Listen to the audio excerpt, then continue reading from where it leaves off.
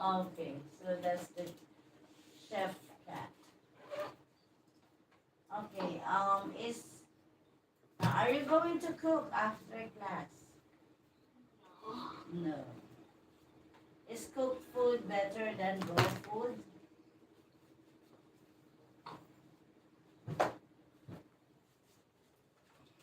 What do you think?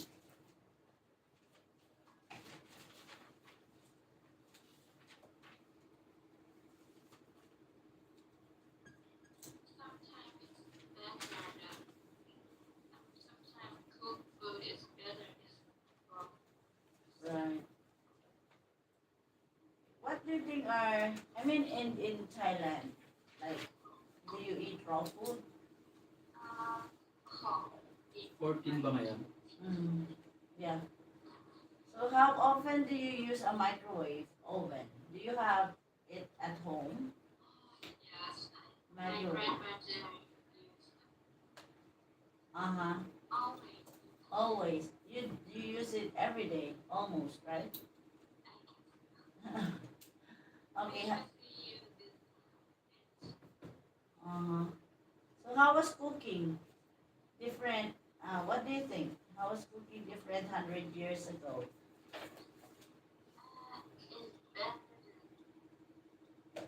Mm-hmm. It's better than today. This years than present years than the 100 years ago.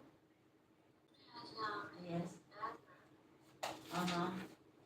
So how will cooking be different? What do you think so? Technology. Correct.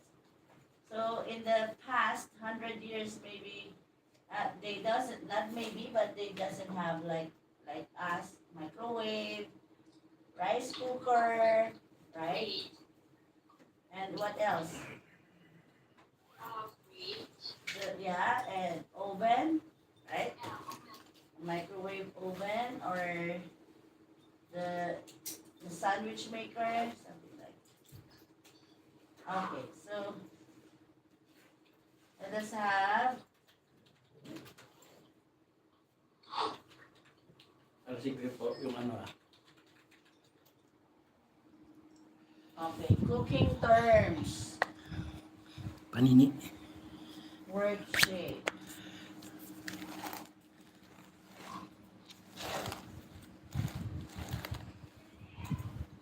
I'm going to cook in the oven. Alright, I want you to answer this.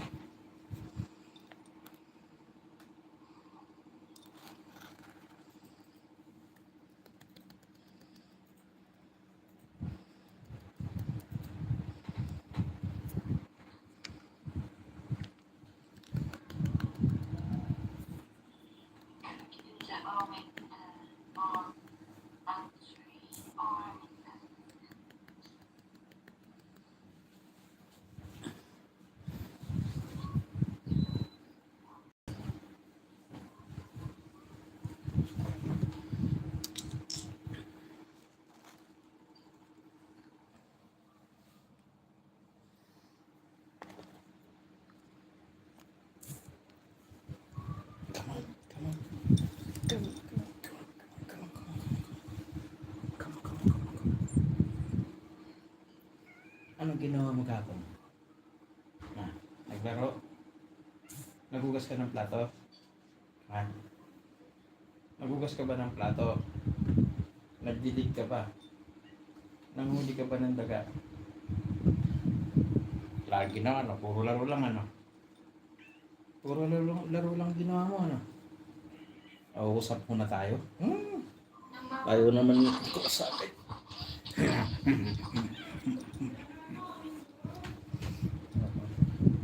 Number one is baking. Okay, number two.